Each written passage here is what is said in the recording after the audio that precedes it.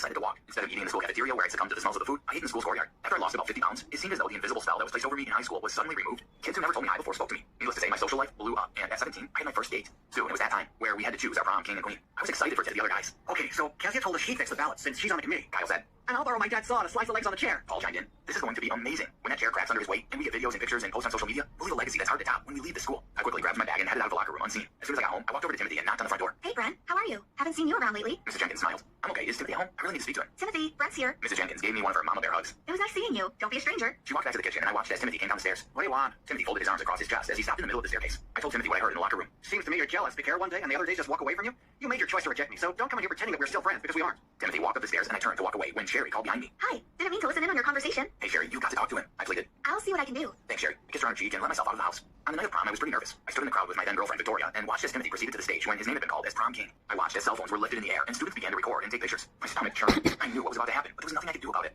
After the prom queen was called up and they took a few photos, it was time for the king and queen to sit on the throne. As Timothy sat on the chair, a loud pop came from the chair as the chair legs broke off. Timothy's arms flew in the air, and finally the chair toppled off the back of the stage. There was silence for a few seconds, then an uproar as the students laughed at the sight. Even Victoria doubled over with laughter. I rushed to Timothy's side. He held his arm and groaned in pain as teachers tried to help him up. But Timothy was a big dude, so it took them a few minutes. An ambulance was called, and I drove back with Timothy to the hospital. At the hospital, Timothy was wheeled away, and I sat in the waiting room. I called Timothy's parents as well as my own to tell them what happened. Mr. and Mrs. Jenkins and Sherry arrived before my parents. I cried on Mrs. Jenkins' shoulder. I am such a bad friend. I'm so ashamed of who I became. Look me in the eye. Now you listen here. Timothy is in that hospital bed because he didn't listen to you. Don't you dare place that burden on yourself. Was Timothy a good friend to you? Was he cheering you on and trying to help you lose weight? As a man, what happened? Family of Timothy Jenkins. A male doctor walked into the room and called. We all stood up. Underwent surgery and we had to place a pin in his arm.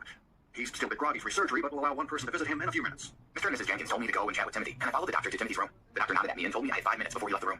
Hi. I walked over to Timothy. It just felt nice being seen, you know? I'm sorry, too. I guess we both got a lot to learn about friendship. I chatted for a few more minutes with Timothy before the doctor told me it was time to leave. I hugged Timothy and left the room. As soon as Timothy got out of the hospital, he told me that he wanted to lose weight. Next year, Timothy worked hard to lose the weight. In college, some of the kids at high school went to the same college that I with us, though. One night during one of the college frat parties, Timothy and I stood outside in the backyard, when suddenly we were doused with beer. Timothy and I looked up on the balcony. Paul and Kyle held 2 empty buckets in their hands and laughed hysterically. Timothy clenched his fists. I'm going to kill those guys. I held Timothy back. They aren't worth it. Let's just leave. On the way home, we saw a house on fire, and a lady's screams were coming from inside. I immediately pulled the car over, and Timothy and I hopped out. The lady dressed in a robe ran out to the balcony with a teenage girl. Please help us. Do you have a ladder? Timothy called up to her. Yes, it's by the pool in the backyard. Timothy sprung into action and quickly retrieved the ladder. He placed it against the wall, and I climbed up and helped the girl down first, then the lady.